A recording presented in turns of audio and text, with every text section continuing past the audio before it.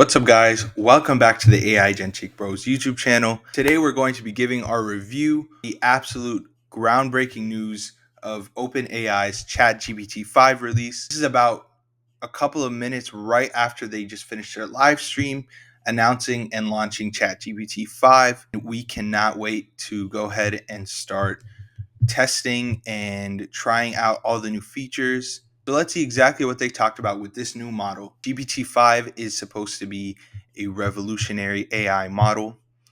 They're saying it's their most powerful and advanced AI model to date. They've promised that this new model is going to revolutionize how we interact with AI across industries and applications. They even mentioned that they may decommission some of the older models, as GPT-5 will do everything that we need it to. It's going to reason better. It's going to help us plan things out better. It's going to write better. They promised a deeper level of thinking. As I mentioned before, it's designed for more critical and intelligent reasoning capabilities. So, as someone who is often frustrated with O3, this should be a game changer. Some of the main points that they have cited in terms of improvement: web development, which we'll get into. They repeatedly mentioned the improved communication in terms of tone and emotion in the writing, and also improved planning, organizing complex events with multiple variables and constraints. They showed a couple of demos of each of these points. They had a calendar for the planning one where they were able to connect to the user's Google Calendar and plan out their whole day. And just having access to their Google Calendar as well as their improved reasoning, they were able to come up with a very in-depth and well-planned schedule. Same thing for the communication. They highlighted the improved emotional range and tone of GPT-5's writing. They cited GPT-5 to outperform previous models. So enhanced coding, multimodal reasoning, mathematical reasoning. GPT-5 had surpassed the expert benchmarks as well as outperformed previous models. One thing that they talked about a lot for the enhanced coding was getting into the vibe coding side of things with GPT-5. So just my initial thoughts, are they trying to maybe chase what Claude Code has going on here? And a couple of demos showing us the coding capabilities.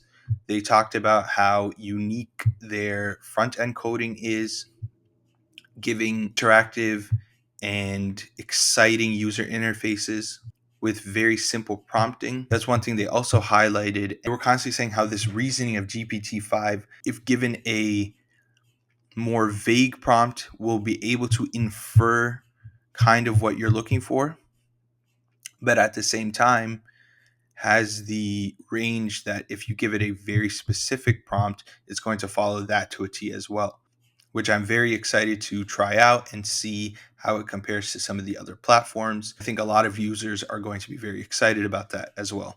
They talked about how it's going to be a more trustworthy AI with reduced errors, safety priority, and they gave a demo example of someone asking a kind of sensitive question, lighting something that could light fireworks, or it could be something else, is what they were saying. So they would not only just say, oh, well, ChatGPT can't help with that, they would kind of give you some alternatives. Or if they tell you no, they're going to explain why. They give creators a little bit of freedom just in terms of personalization. You're going to be able to customize the personality or the appearance of your chat to kind of match your brand or preferences. So that was something like the color of your chat, you're going to be able to personalize a little bit. Also, the memory, it will they cited improved memory learning about users over time for more tailored interactions, creating a more personalized experience. They also talked about custom tools, greater flexibility and control with new parameters for developers to create specialized applications. So basically, you're going to be able to use your custom tools. T5 introduces a greatly enhanced voice model.